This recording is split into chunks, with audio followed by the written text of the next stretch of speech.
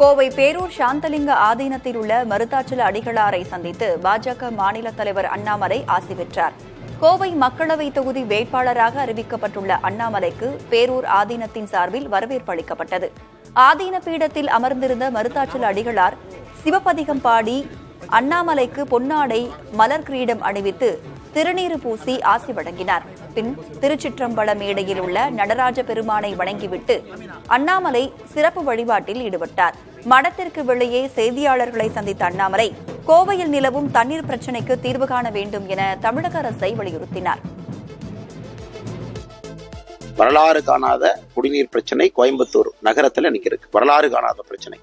இப்ப பாசன பிரச்சனையும் கூடவே வரப்போகுது. ஏன்னா பில்லூர் டேமுடைய அணைமட்டம் குறைய 1, 2, 3 பில்லூர் திட்டம் பாத்தீங்கன்னா அந்த பிரச்சனையும் கூட தலைவரித்தாக போகுது. அதனால எங்களுடைய வேண்டுகோள், மாநில அரசு உடனடியாக முடித்துக் கொள்ள வேண்டும். இப்பொழுதே காலம் கடந்து விட்டது.